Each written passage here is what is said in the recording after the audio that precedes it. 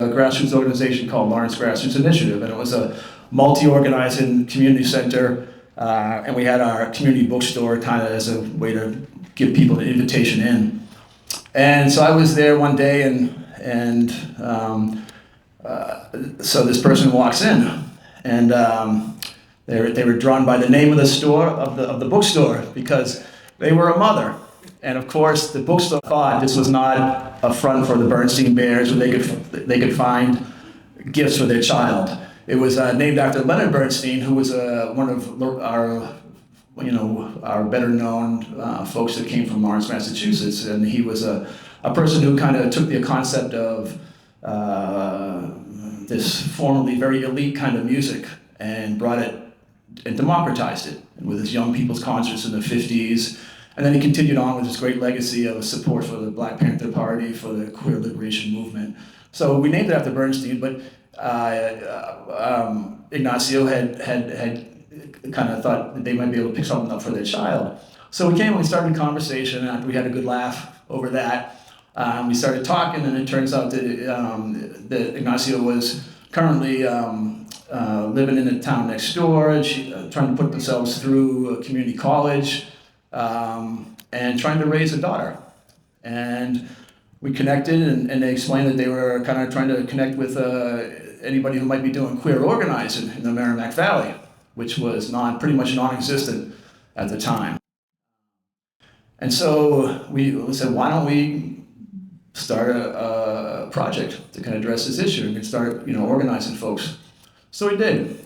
And, as it goes with organizing, it's a slow grind, months and months, and we're getting some traction, and people coming out from the community and coming to meetings and being a part of it, but it's not enough. So we're strategizing. We're like, what can we do to elevate the temperature a little bit, right? Because as an organizer, sometimes that your role is to stir the pot.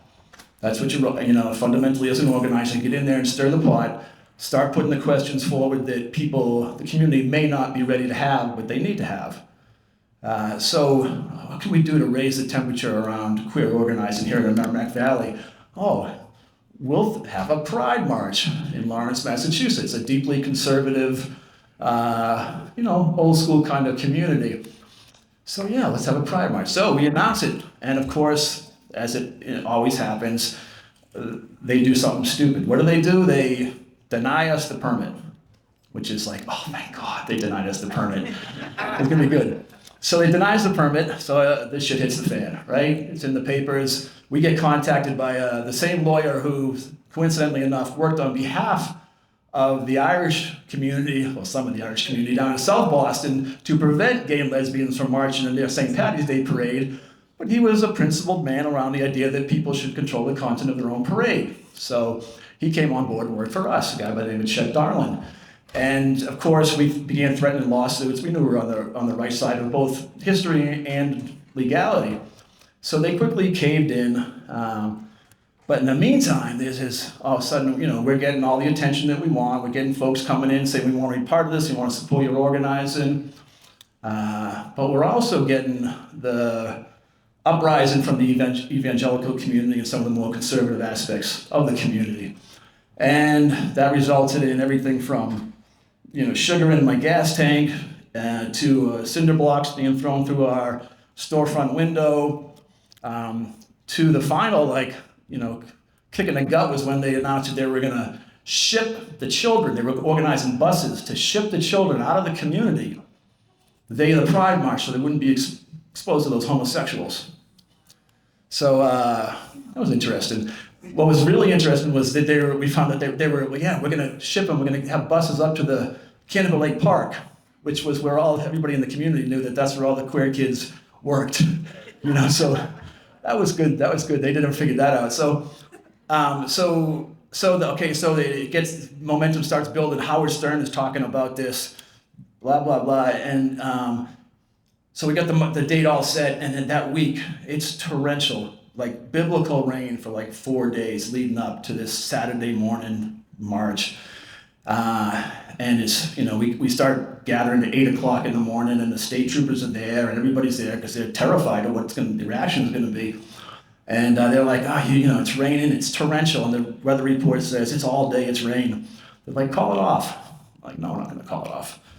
Come back at 9 o'clock, they meet thinking, you should call it off, because, well, the buses, those folks, they called off shipping the kids out of the community, right?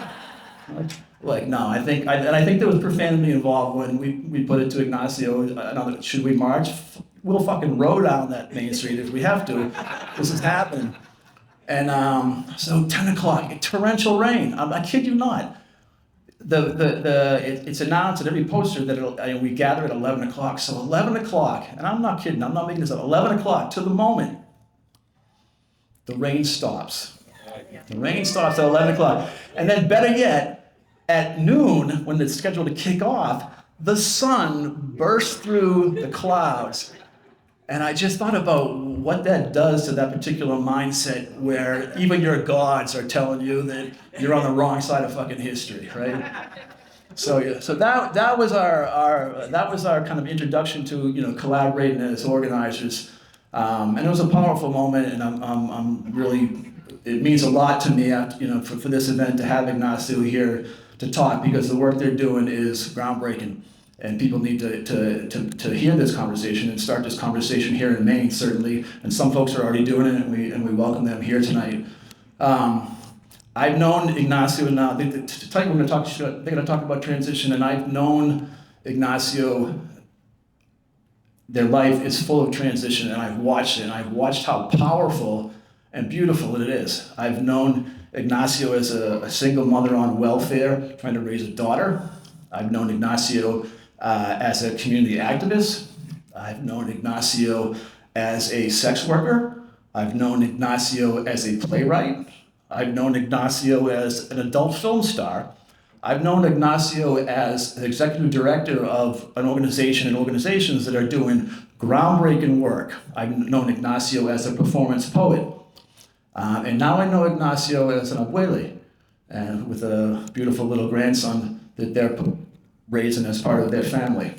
I've seen the transition, I've seen it embraced by a person, I've seen the concept of transition work as far as self-actualization of what we're all potentially is available to us as human beings and as a community. And I'm beyond excited to be able to introduce my friend Ignacio.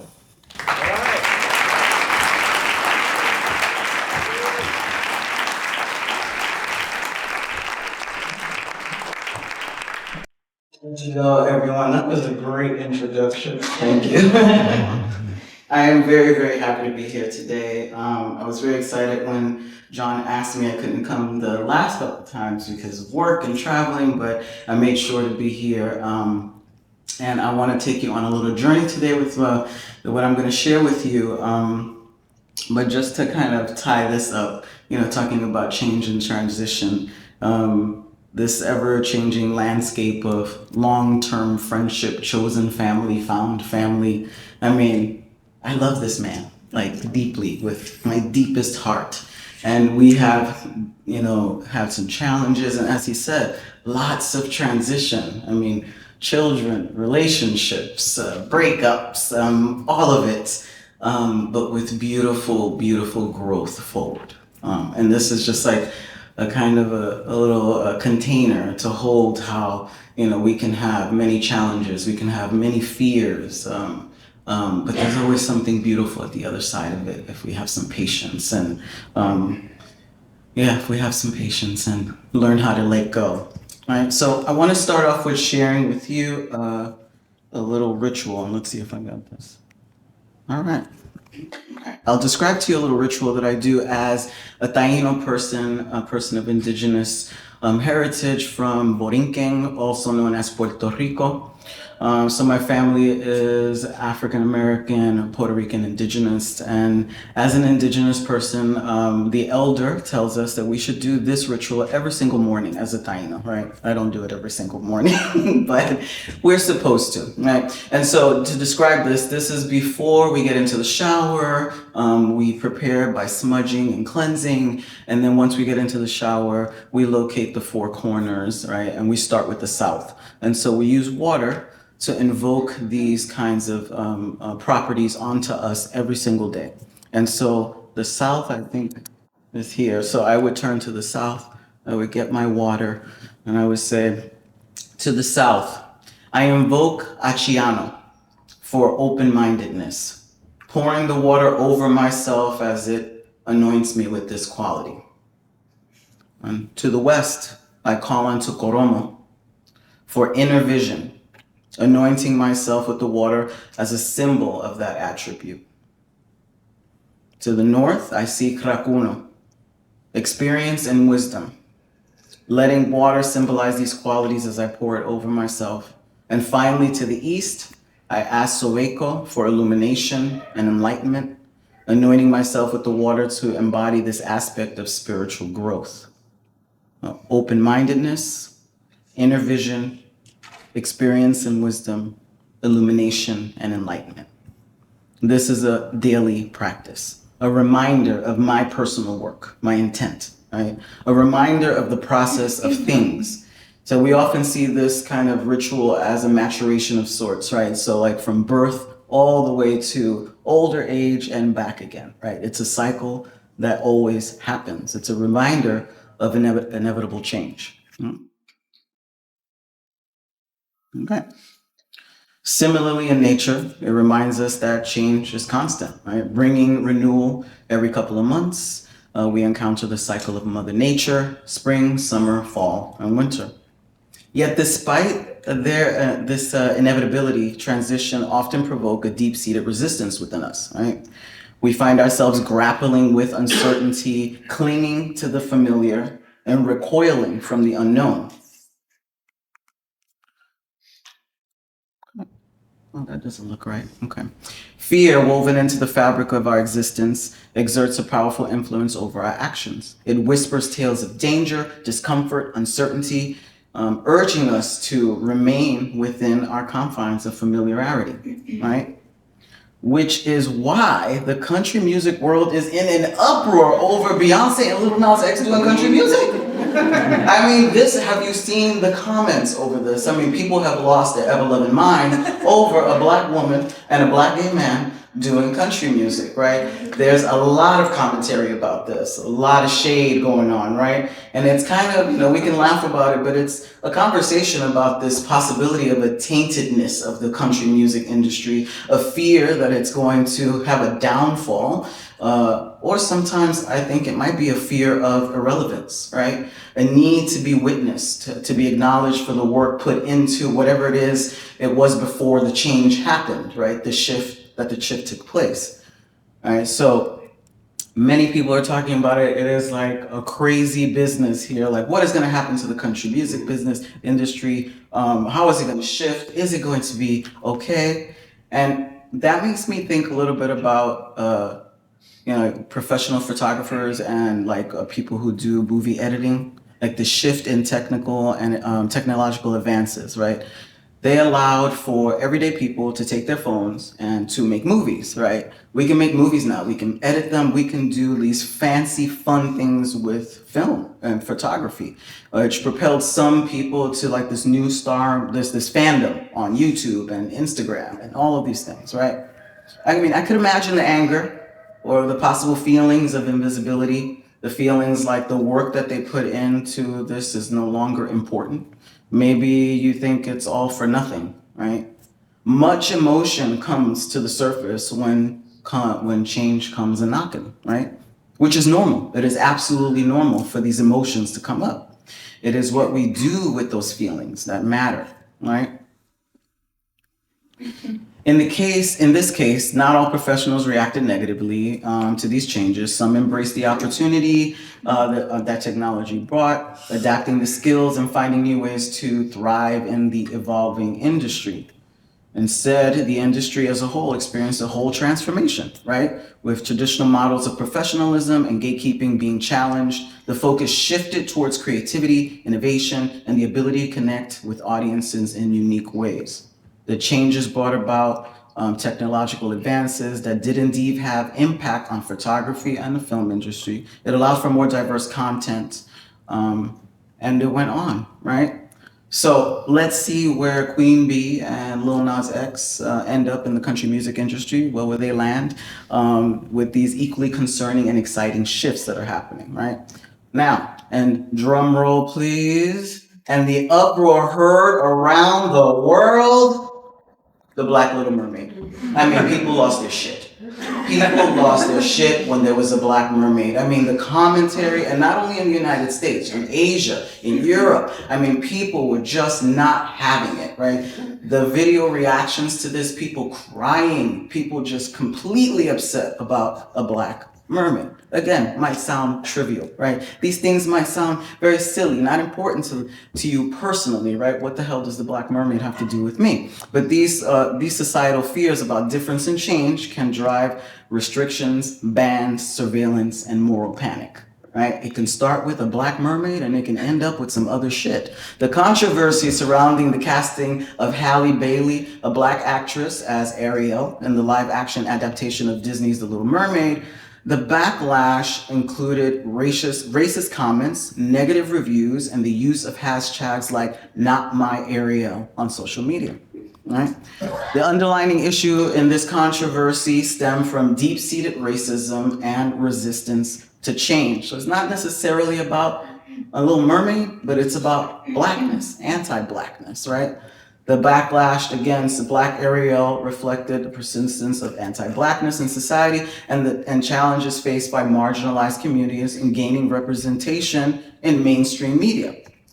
The negative reaction highlighted the discomfort and resistance some individuals feel when traditional narratives and characters are reimagined with more diverse perspectives. Okay. Fear is often used as a mechanism of control. It can be a powerful tool in influencing and regulating behavior both on an individual and a social, societal level. When people are afraid, they may be more likely to comply with rules, conform to expectations, or avoid certain actions to prevent the feared consequences. For example, we have in family dynamics, in workplaces, and social groups. In family dynamics, we have parents and guardians who may use fear and discipline, fear to discipline children, ensuring that they adhere to rules, right? That can go from verbal discipline to physical discipline, right? In workplaces, employers may use fear of job loss, demotions, and other penalties to ensure employers comply. And in social groups and cultural norms, we can use fear of being left out, shamed, or judged to make people follow the accepted behavior or beliefs. Right? So in all these cases, fear can be an effective, albeit ethically questionable way to influence and manage behavior. Right? I mean, we're talking a lot about parenting right now. We have so many videos and education going out there about gentle parenting, using mindfulness with children, understanding more about autism and ADHD, all of the things we didn't know when I was a kid and maybe others didn't know even before that, when beating children within an inch of their life was very acceptable. Right? Today, it is not, in some senses. These things are nothing new. There's nothing new about this. Throughout history, society has used fear to maintain order and control. Deep-rooted cultural anxieties and societal fears have driven moral panic, influenced behavior, and policies. Consider the fear of witches in the 17th century, which led to the Salem witch trials. The Salem witch trials were a series of investigations and persecutions that resulted in the execution of 19 convicted witches and the imprisonment of many others. The trials were part of a larger history of witch hunts that had been occurring in Europe since the 14th century. The moral panic behind the Salem witch trials can be attributed to the combination of many factors, including the deeply religious society, the fear of women's independence, and the patriarchal societal norms at the time, right? Any deviation from established norms, such as women expressing independence, challenging traditional gender roles, or exhibiting behavior deemed unconventional, was seen as a threat to the established social order. So that, if you swayed in any way, shape, or form, anyone could call you a witch, And if anybody called you a witch, then you could be killed. You could be persecuted. I mean, you could be taken from your life. I mean, we talk about these things now as like this past thing, the Salem witch trials. We can talk about it because, you know, it's not here. But we really have to like place ourselves there. Like place ourselves there. What the hell was that like to actually live? And someone could look at you and say, you're a witch. And then that's it. That is it. Which is kind of mirroring what happens here when we have call-out culture on social media, right? If somebody says one thing to you, it doesn't have to be true. That thing is out, and now people start looking and judging, surveilling, questioning, all of these things. So it has huge ramifications. Other examples, and in addition to this, is the fear of indigenous people as savages that justified colonialism and control. The racist belief that Black people were not fully human, underpinning slavery and segregation driven by economic motives and the need for control. And we can see this ever-present result of these fears still today. We're constantly working and fighting and struggling for indigenous rights, sovereignty, fighting against anti-Blackness and all of the things that happen with Black people in this country, right? So these things are still manifesting today. Transitions are an intrinsic part of the human experience, manifesting in both grand social shift and subtle personal transformations. Consider the social shift during the Civil Rights Movement, which challenged deep-seated racial prejudices. The shifts that happened there were aplenty. Shifts in public spaces, in schools, voting, many things had to shift, right? Shifts that many people could not even see or fathom, but they have happened, and much more has to happen. The movement's impact expanded beyond the 60s and continue to shape discussions and actions related to racial equality today. Or we can think about the personal transformation. Personal transformations of when people come out as being gay or trans, or coming out as being poly, right? Coming out as constant. Your family relationships change, your friendships change, your romantic relationship shifts. Many things shift through these changes, right? Society's journey towards growth from fear to freedom begins with understanding the roots of our resistance. At the heart of this fear lies the binary structure that governs our perception of the world. Now, hear me out here. We are conditioned to see things as black and white, as either good or bad, success or failure. But what if I told you that our natural instincts of curiosity are at odds with this binary system? Binary thinking leaves little room for curiosity, questioning, and exploration, trapping us into a cycle of resistance to change. Right? So we consistently resist this change because we're stuck in binary thinking, afraid to be curious, afraid to think outside the box, thinking of the ramifications of thinking outside of this box. Right? What if I propose to you that the fear of change is not an inherent trait, but rather a byproduct of the system that we're all surviving, this post-colonial world? This system depends on the binary system. But for instance, the gender binary system, similarly to several colonial practices, continues to be influenced by socio-religious ideology. It enforces a binary framework that aligns with the colonizer's belief. Binary thinking, which categorizes things as good and bad, right and wrong, can contribute to the fear of undermining traditional values and norms. Consider sex education with regards to binary thinking. Fear that teaching children about sex education would encourage promiscuity. This has been a long-standing argument, right? Should we teach sex to kids? Do we teach it at school? Do parents teach it? Now we have lots of school systems that you have to sign a piece of paper in order for that to happen. Parents get opt out of it. Many people have different reasons for it, right? We have this big dialogue about sex and this protection of children. Giving them this information would be a really bad thing. Lots of fear put into this. And the deep cultural anxieties here, the fear of undermining traditional moral values and norms, and the anxiety about losing control over our children's behavior, right?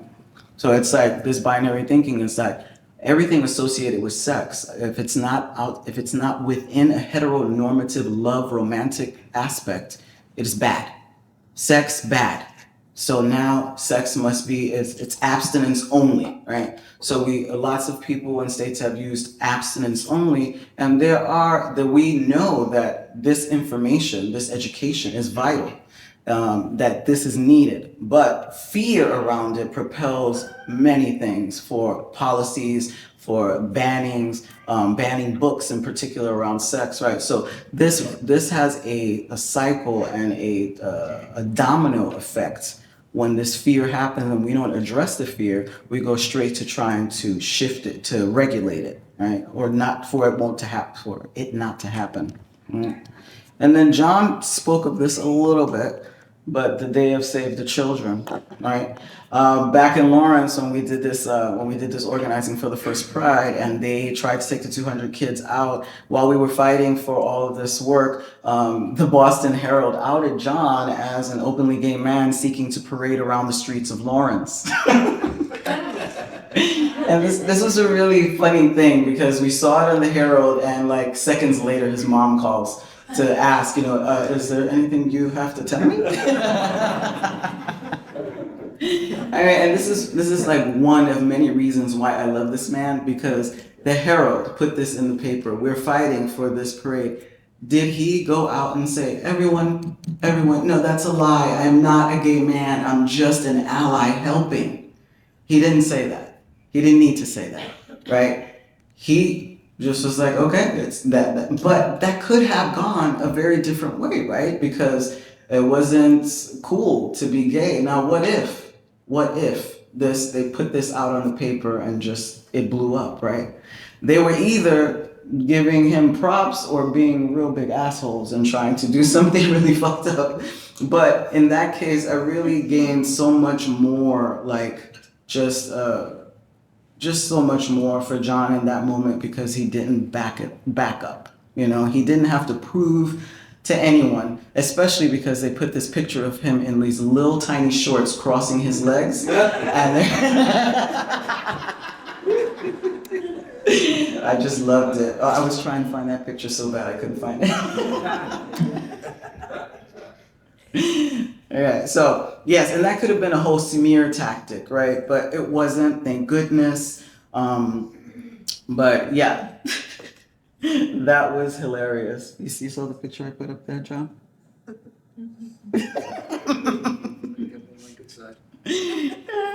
Okay, so other moral panics that have happened throughout time, right? So, what happened? Oh, there we go.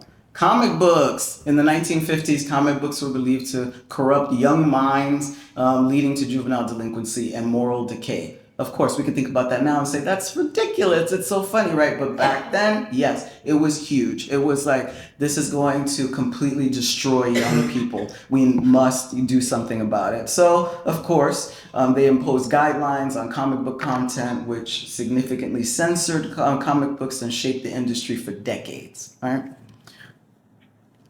Rock and roll. Who can forget rock and roll? Oh, did I know? Beepers. I'll skip to beepers. Beepers. In 1980 and the 1990s, beepers or pagers were associated with drug dealers and, shiesty people, and criminal activity leading to negative stigma. So just having a beeper was such a negative stigma, and people were really treated poorly and badly because of it, kicked out of places and things, right? And so there was a lot of banning beepers from schools and in public places and things like that, right? Rock and roll, back to rock and roll. 1950s, 1960s, rock and roll was seen as promoting rebellious behavior, sexual promiscuity, and racial integration, which alarmed conservatives, right? So the backlash from parents and religious groups and authorities led to censorship, record burnings, and bans on performances. Right? And of course, we can't go anywhere without saying marijuana, the gateway drug, right? So marijuana associated with crime, deviant behavior, and it was linked to people of color communities, leading to racial and xenophobic fears, right? So figures like Harry Aslinger, the commissioner of the Federal Bureau of Narcotics, connected marijuana and its association with crime and deviant behavior to Black and Hispanic people, creating a narrative of fear that was sold to the American public and the media. The results, this led to criminalizing marijuana and setting the stage for the war on drugs. The consequences included mass incarceration and ongoing debates about public policy and legislation. Today, efforts are being made to address the racial disparities and negative impacts of marijuana criminalization, such as record expungements and policies that promote equity in marijuana industry. I bring this up because, like right now, marijuana is legal in a lot of places and in other places, like for recreational use or medical use and all that. But there are still people in prison for marijuana. There are still people in prison. Like, people are still suffering right now. Can't get an apartment, can't get a job, can't do this. Like, their lives are completely destroyed because of this. But now we're living in a time where this is okay, right? So this has shifted, but this has still affected so many people, specifically people of color and poor people, right? And of course, I want to mention transgender panic defense, gay panic defense, queer panic defense, name it.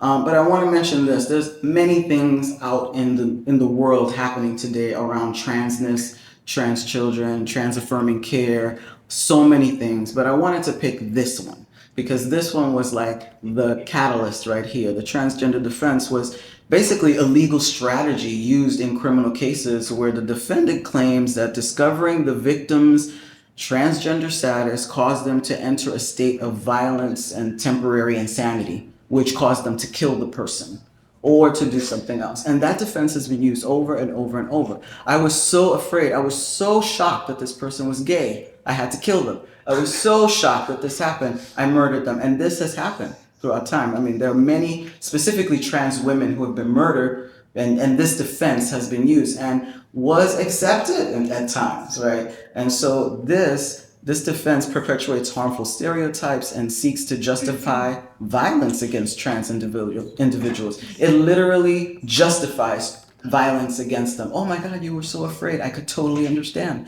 Now I know why you had to kill that person, right? Like, literally, this is how we're thinking of this, right? So these moral panics reflect societal fears and often results in censorship legislation, stigmatization, violence, and murder.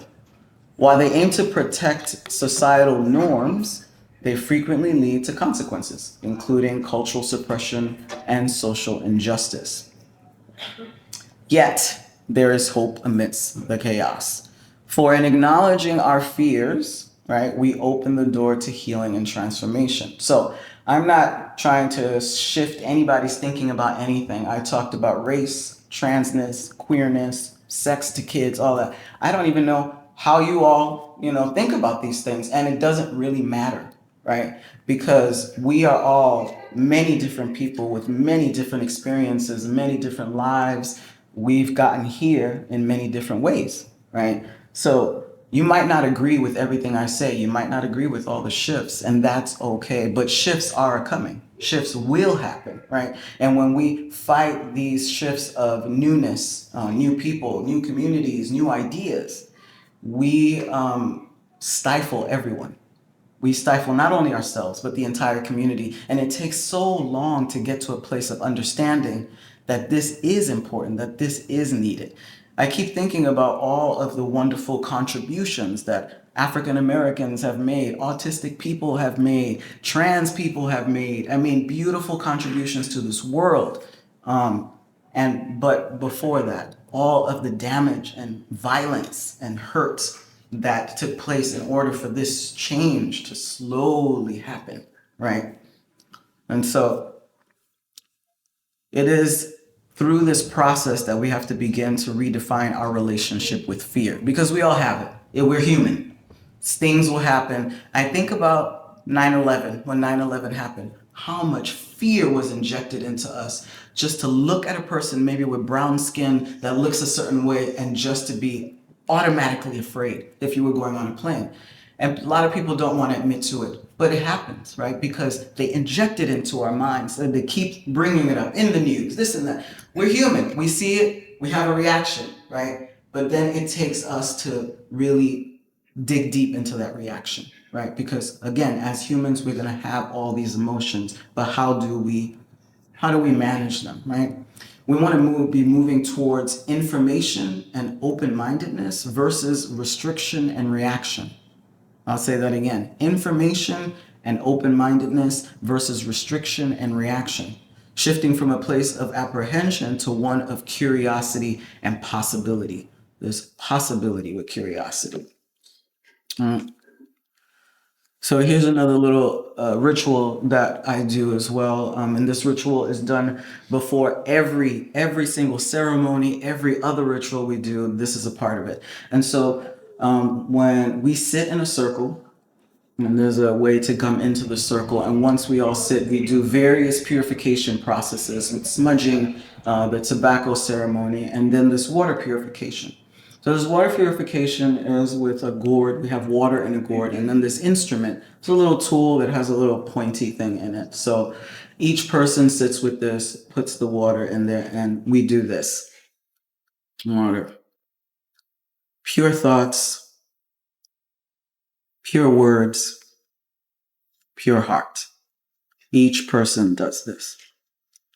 Pure thoughts, pure words, pure heart. No judgment and curiosity, intentional communication, care, love, and compassion. This is what we say to each other every time, right? So that we can remember pure thoughts, pure words, pure heart.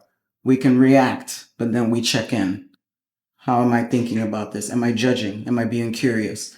Am I using my words? Am I communicating intentionally? Am I coming to this with care, compassion, right? And we have to do this. It's a practice of doing this all the time to remind ourselves, because we all have knee-jerk reactions. We all judge. We all judge, right? But we take that judgment and we ask ourselves questions. Why am I feeling this way? Why am I judging that person? I mean, have you ever met a person, you see, I don't like that person. I don't want to be near that person. Have no reason whatsoever, but there's something about that person, right? And you start asking, what is it about that person? When you start asking yourself questions, sometimes it's not about that person. It might be about where you know that person from, maybe the situation, or they're connected to somebody else. Whatever the case may be, it is a conversation that we have with ourselves, right? By embracing our fears, we open ourselves up to a realm of possibilities where freedom becomes our guiding light. I often say that this letting go is a deep, deep freedom, right? Through our willingness, we truly begin to understand the beauty of our humanity. It is through this practice that we come to realize our interconnectedness, our shared humanity, and our boundless potential for growth. Societal norms are norms set by society. Norms are not set in stone. I mean, imagine if norms were set in stone. Literally, imagine if fucking norms were set in stone. Women would not be here right now. Black people, no. There's so many things that would not exist right now if social norms were set in stone. These are very fluid things, and they are controlled by us the people, right? They have been controlled by the state for a very long time, and structures that hold that. But we do have the power to shift that. And we have, even if we don't have power, maybe as an activist or a power to do structural change, we have power to do individual, interpersonal, change. That's where it begins. Because if we begin with us, that means it reverberates to our community, our connections, and that will in turn affect institutions, right?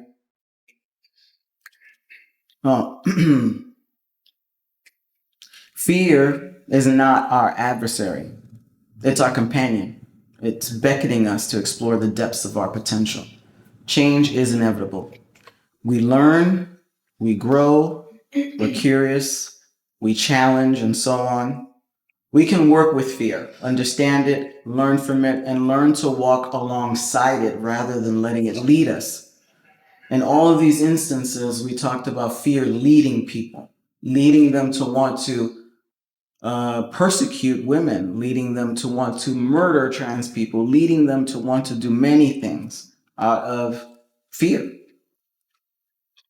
So change can feel like loss and it can feel like grieving, but that is a process of healing, right?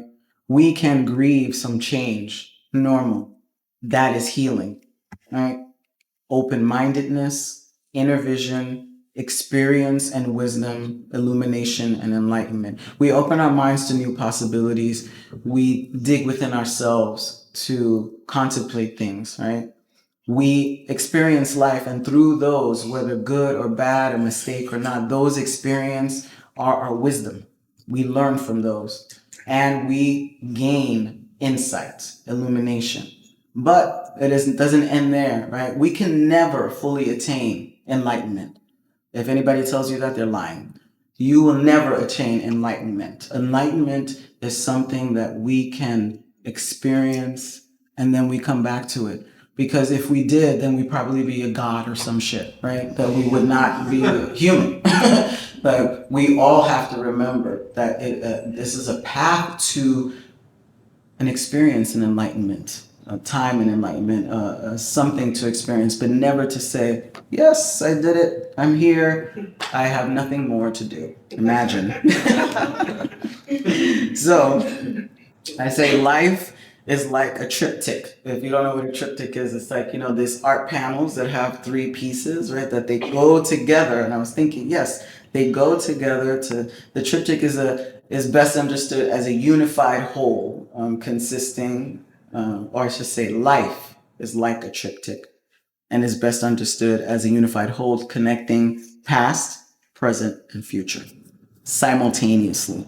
A more balanced structure incorporating and not restricting all of its parts, right? In some senses, when people were afraid and feared and really catapulted to negativity, it might have been about a loss, right? The loss of this thing that was there before, right? But if we think of life as a triptych, we're thinking of it consistently. One cannot be without the other, right? We are here because of what happened in the past, right? We are here, like, as a Black person, as an Indigenous person, I can't imagine living this life without talking. I have a grandson that's 5. He's 5. He's so far removed from slavery. And yet, that is a very important conversation we have to have.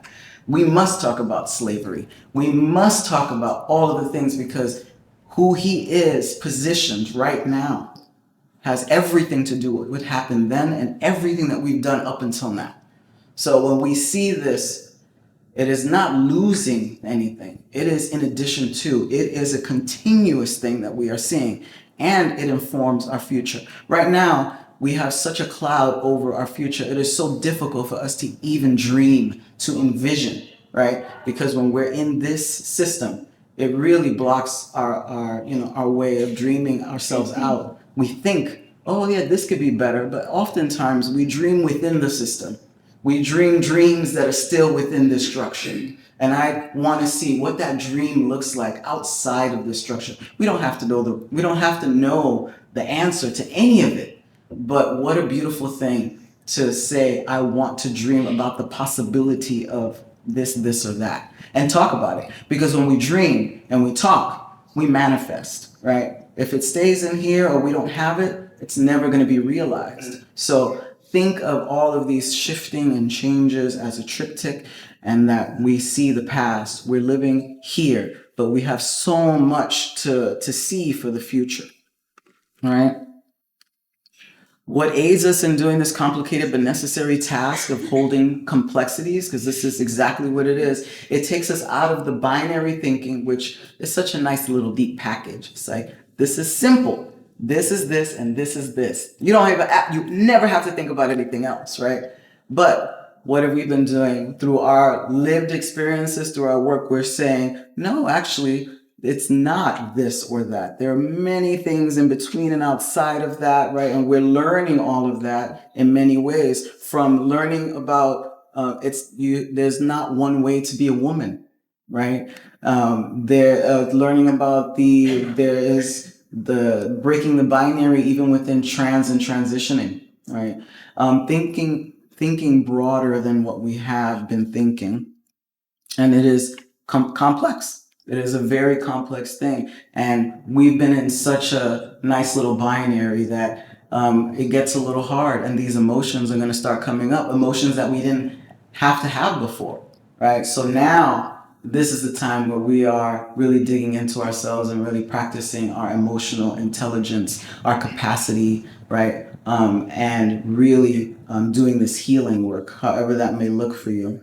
And I go back again to open-mindedness, inner vision, experience and wisdom, illumination and enlightenment.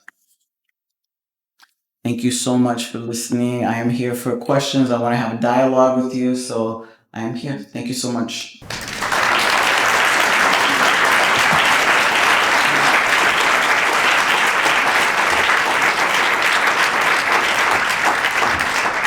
I said a lot, and I'm here to talk with y'all, so please ask me questions. Don't be shy. Yes. I thank you so much for your presentation. Thank you. Are we really in a post-colonial? Are we? What do you say? Are we in a post-colonial time right now? Yes. We are. Well, we were colonized, and now we're still here. What? Do you have a different take on it? Well, no. The mindset of the colonialism is Tell me more. still present.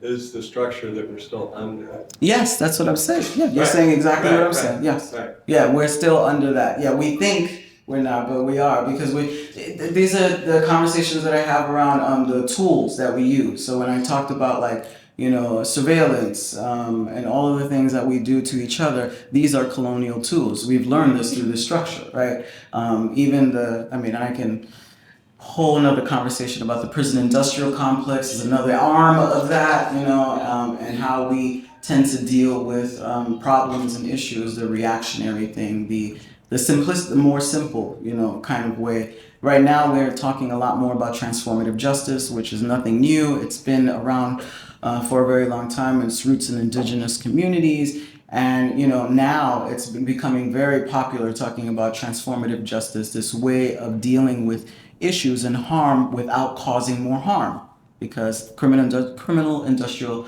complex, that's what it does exactly. It causes much more harm than it does any help. So yeah.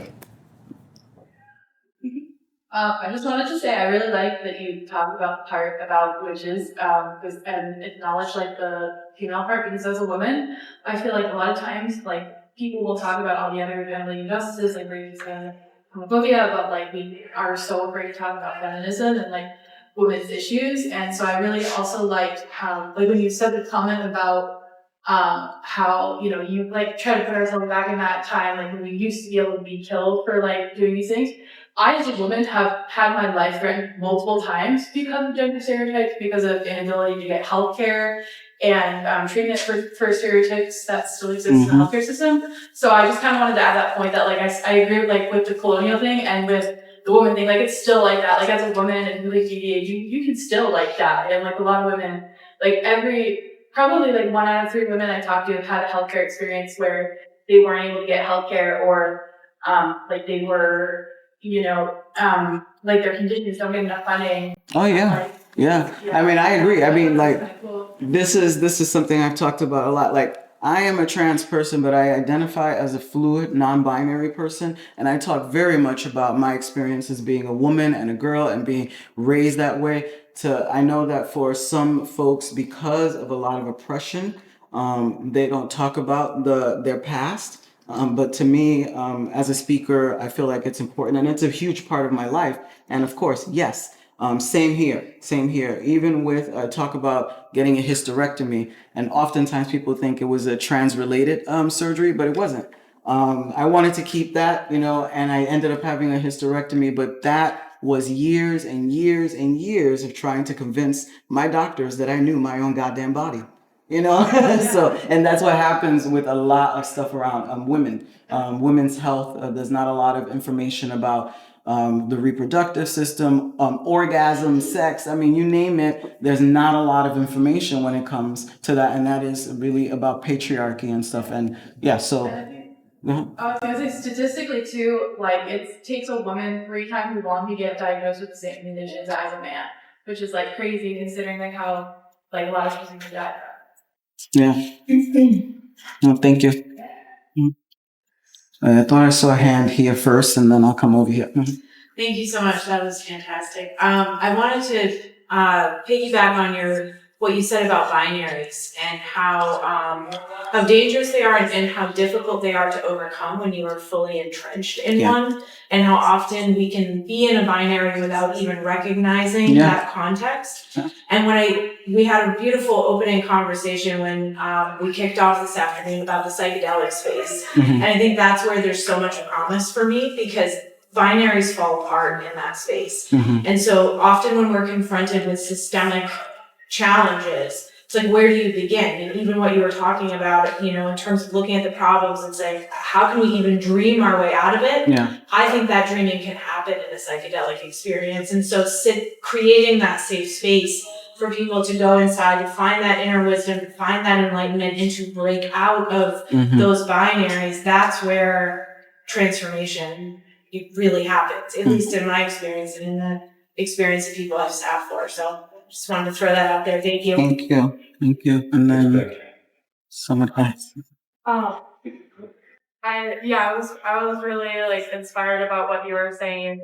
I kind of think about this for my life too, is like dreaming of possibilities outside of the structures that exist now. And I know that also is like to think outside of that is also like terrifying and like really scary in its own ways, and I'm sure you experienced that too. And I guess I was curious. It seems like ritual is an important part of your life, and is there any other ways that you personally find strength and like just even in like the day to day or in general to like think in that like wider perspective? Yes, and I have to say two things, like for sure, and that is my friendships or my connections, like that's like everything to me. My friendships to me in my book are above romantic relationships, so they supersede everything. So my friendships are the most important, but also the practice of storytelling. Storytelling is very important because it plays an important role, especially in this society where we don't get witnessed a lot. Storytelling is about being witnessed, like someone's being right in front of you and really listening to what you're saying, and just experiencing what you have to say. And so storytelling is important because we get to really get to, you know, the depths of what people are experiencing and feeling without judgment and just sharing. And through those conversations, I have every time I come to visit John, I love it because we get into these huddles and we just start talking and getting into the nitty gritty. That's what I love. Like, because we don't hold back, because we're not afraid, you know, because when you're afraid, in spaces, you are like, ooh, I can't say that thing, you know, like I'm scared I might look stupid, I might not, you know. We're in a place where it's like people judge you so much about not knowing too much, knowing too little and all that. But with your friends, with people that you have established some sort of, you know, connection with, being raw and saying the things that you're afraid to say with other people, it's the best place to say it there, because wow, you're gonna have the love and the compassion and you can really work through, you know, that stuff. So I would say storytelling, friendship, or connections, you know, meaningful, deeper connections. You know? Yes, here and then here. I think it was really special too how you brought up rituals. And I was kind of wondering your own history with them. Have they changed for you? Like how they were first presented to you, your interpretation of them, how you use them, how you do it now. Have you gotten anything different out of the start? I'm not sure. I'm not sure if I'm understanding your question, because nothing has changed for me in terms of the. Like if I was showing a ritual like as like early on in my life, in one scenario where I wasn't moved up to the world and didn't understand myself and didn't understand other things. I took that mental as one way, and now I'm using it for something else. Oh, no, I don't have that. I don't think I have that experience. No, not that I can think of right now. No. Oh, sorry. Question.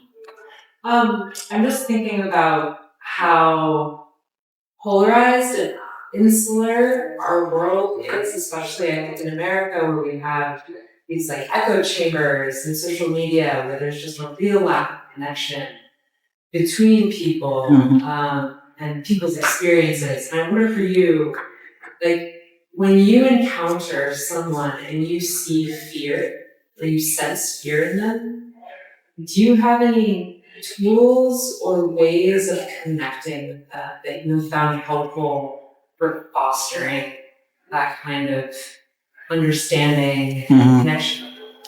Well, I gotta say, everything is in context, right? It depends on what the thing is, where you are, how you're feeling. I mean, many things, right? But when I'm able to locate it, compassion. When I'm able to locate it, compassion, because people have a lot of fear, and sometimes, I know in the past when people say certain things, I'm like, oh, the fuck, I'm just like, I'm so over it, right? I don't want to hear this shit, right?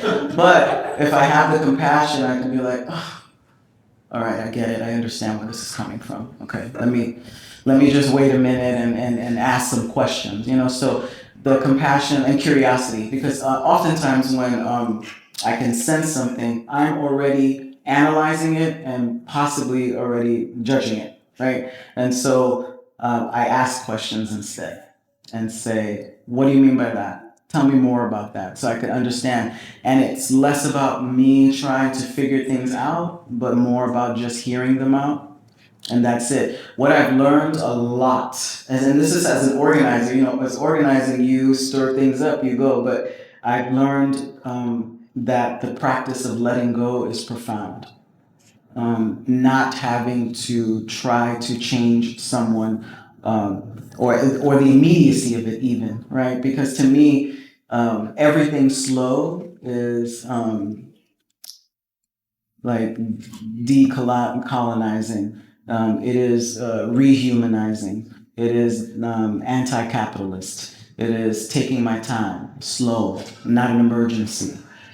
Those things. Like, so I try to think about that when I'm in those, moments, and it helps. It does. It helps. Mhm. 1, 2, and then 3 over there. Okay. Hi, I'm Crystal. I was curious. I heard you say, I heard you speaking about rituals, but I thought you also said when you hold ceremonies. And I was curious what kind of ceremonies. They're like indigenous ceremonies. We do full moon ceremonies every month, or Use your microphone. oh, thank you. Sorry, we do full moon ceremonies, and some of the elders do like birthing ceremonies and things like that. But whatever kind of ceremony we do in our indigenous culture, it's always sharing some of the things like the water purification and things like that. Thank you.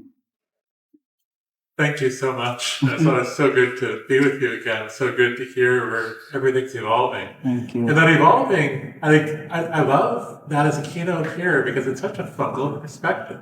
Because that's the way a mycelium operates. So as soon as the mycelium arrives in something, it's already metabolizing what it's in, and it's already finding next place. It's going to branch out into it. So I love that. Thank you. And My name is Steve. I really enjoyed your talk. Thank you. I thought you gave a lot of really great examples of segregation, persecution, that goes on today, witch hunts. And I just wanted to point out there's actually a very recent example of all these things. Does anybody have anything in mind that might have just not come to surface yet? Palestine? No, just it's a little more close to home and affected pretty much everybody on the planet, which was COVID. Oh, Right? COVID. Well, in the state of Maine, we now have regulation that actually only gives children who are vaccinated access to public education. Oh, wow. So, as far as the fear factor goes, fear driving segregation, fear driving witch hunts. Yeah. I think we all saw a really good example of that during COVID. Yeah, I think yeah. a lot of people probably regret, how it went down because we were all so afraid. Yeah, lots of fear. Yeah. And it was fear on two ends. Fear on one side of being sick and losing loved ones. Fear on the other hand that the government was actually infringing on our human rights. Yeah, absolutely. So I just think this is probably another, good example. Yeah, there's so many freaking examples, which is sad. That's why, but thank you for that. Yeah, because when I was doing the speech, I literally had to cut out a whole bunch, and I was like trying to pick which one should I talk about because there have been so many. But thank you. That was super controversial. You could divide it real. Oh yeah, absolutely, absolutely. But thank you for what you're doing. I think you're doing a great job. Thank you. Anyone else have questions, comments? Yes. Could you say more about your work? Oh, okay. How we could interact with that? Yes. Right now, I'm the founder and co-executive director to an organization called the HEAL Project. And the HEAL Project is an organization that works to prevent and end childhood sexual abuse and all forms of sexual violence with the lens of sexual liberation and abolition. And so the goal is to end child sexual abuse, but through that work, really the work is really rooted in relational healing, from family dynamics to romantic to friendship that we lack deeply in our relational capacity. So we need a lot of relational healing, and it begins with the institution of the family because they are the beginning process of all, when children are born, here we are in this family, and this hub really dictates the rest of this child's life, and how people navigate with them and stuff like that. So this is really about how we heal ourselves, how we heal our relationships to others, and taking this kind of work out of the hands of police and the state, because it does not belong here. Police will not end sexual abuse. It will not end child sexual abuse. If anything, it creates more sexual violence. So that's the work that we're doing in a system that does not truly acknowledge the work, because the work that the past 30 years or so of work around ending childhood sexual abuse or sexual violence is very much in a sort of rubric that will not leave. It's like the same kind of stuff over and over. We regurgitate things, and we really haven't gotten to root causes of why this happens. We do band-aids, we isolate people, we throw them in prison, but these are not the answers. So that's just a little bit of what I do, but my work spans sexual liberation as the core kind of theme that goes throughout, and I've worked in environmental justice, anti-violence, queer movements, women's liberation movements, a lot of different movements, economic justice movements, but really with the through line of sexual liberation. Anyone else? Questions, comments? Yes. I heard this word a lot, but I actually realized I don't know what it means. You use the word abolition. Thank you for asking. So abolition really comes from the abolition of slavery. That started then, the kind of concept, but it has morphed into the abolition of many systems and structures, like the abolition of prison, the abolition of police, the abolition of the educational system. These systems that kind of replicate the damage that this system has done to us. So some people talk specifically about abolishing prisons and the police, but I talk about it in a lot of contexts. Just abolishing. For me, it's like abolishing this colonial project, abolishing this in the best way that we can while still existing in this system, which is not an easy thing to do. I'm Caroline. Thank you for speaking.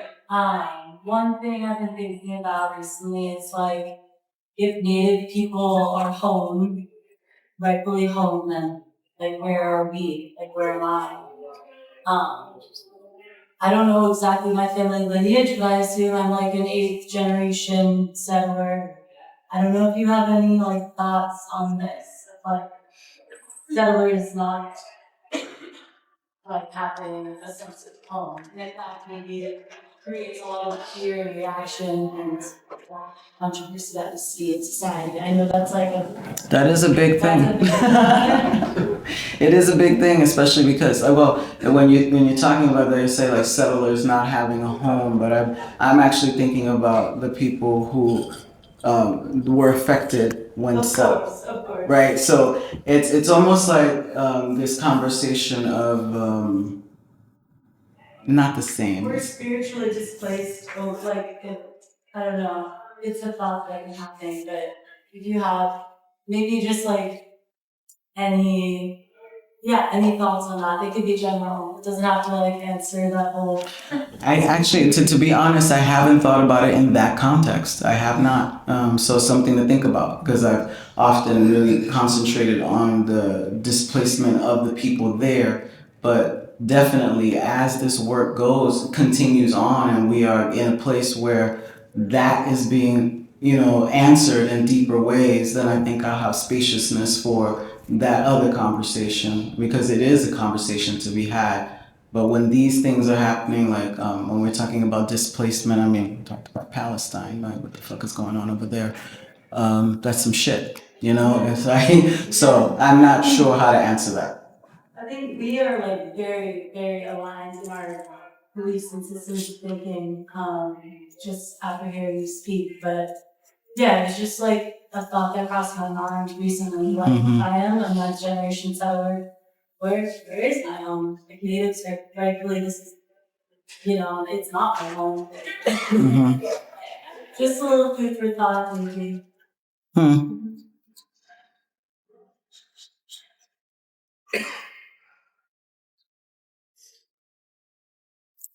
I think about that a little differently, because I think the way it's being, or the way I'm understanding it, is like, natives, if this is their home, it's almost talking about it like an ownership. And then with indigenous people, it's never been an ownership, like how colonizers have owned. So it's a different kind of conversation. It's not, I paid for this land, this is my land. This is our land. This is ours to cultivate, to take care of. So I think the language might be a little different, in terms of that. And yeah, I'll think a little more on that. Thank you for putting that in. Not use binary thinking. Anyone else? Questions, comments? Yeah, just really appreciating you bringing that, and the Israel-Palestine stuff, hearing so much of that fear, just deep fear of like the land back. If Israel gives their land back, like where are the Israelis? Like we're like dealing so much of just fear and trauma about our home not being our home. Yeah, and that's a part of that is about not knowing the answers while this is happening. Like, not the same, but like in the conversations that we have about abolition, a lot of people say the two things that come up are like, what do we do with the rapists? What do we do with the child molesters? And what will happen? Like, basically, if you're an abolitionist, you need to tell me the answers right now. What's going to happen? And we don't know the fucking answers. Like, we're dreaming it right now. We're trying to figure it out. It's literally happening. People are trying to figure it out. We will fail, and we will keep trying until we figure it out. So it's like, yeah, it's a fear because it's a huge question. It's like, what will happen? But I think a lot of times we don't know. We don't know what will happen And it takes the dreaming and the talking, like the question you just asked, like it takes that to spark a conversation about it, because we don't always all know. We just keep fighting. And I'm thinking about, the early people 20 years ago, 25 years ago, talking about abolition and how people were like, like, abolition, are you insane? And I think now, for the first time, it's like, maybe this is a possibility, after all this time of organizing and talking. And of course, many things happen in the world all at once that I think really propelled this conversation of abolition. The murder of George Floyd, COVID, Black Lives Matter. I mean, there were so many things happening. Say Her Name. Many things happening in the world all at once where we were like, the police, this is not working. This is not working. So now let's start thinking new. And we've had some time to think about it. So I think it's the continued dreaming, the conversations. Yeah, so that conversation you're having reminds me of this book, Rethinking Exile by Shaul. And the premise of that book is that all peoples find their homeland within exile. And that process you described in your trail sounds like you're able to do that and like provide inspiration for others. So I'm wondering, and I also heard from you today, I feel like dreaming, like how important it is for us to like dream the dreaming part of the process. I'm wondering if you could share like your dream, your vision, the colleagues you work with in terms of like prison, industrial complexes, and healing centers, and like could you speak to some of your dreams? Oh yeah, I mean, I have a lot of dreams, and my dreams are that first off, the nuclear family would not exist. Having children would not. The purpose or the function of having children would not be connected to romantic love or anybody else's love for that matter. And when I talk about this, I think people are just like, what, right? Because the way that we make families now, it was a concept created for us. And for some people it works, and that's what they've been doing and stuff, right? But that is not the one way to be. And I just finished writing a chapter for a book called Family Policing, and it talks about the family itself being a unit, basically the training ground for the workplace or possibly the prison and industrial complex, because we are taught everything we learn about how to respond to situations through our family units, which are indoctrinated with these kinds of ways of surveillancing, punishing, things of that nature, right? So I feel like family units would be completely different. I think there should be at least 4 to 5 people per child. I think that's the way children should be raised. I think it shouldn't be about love. It should be about compassion, care, and community, because romance is an experience, and that should not be the basis for raising a child for the next 18, 20 something years. I don't believe it. With my whole heart, I don't believe it. So I see a lot of different structures within the future, and a lot more openness and conversation about human sexuality, something that has been taken from us, and it is our right. It is our bodily autonomy. My body is land. This is my bodily sovereignty. This is what I want. Thank you, everybody.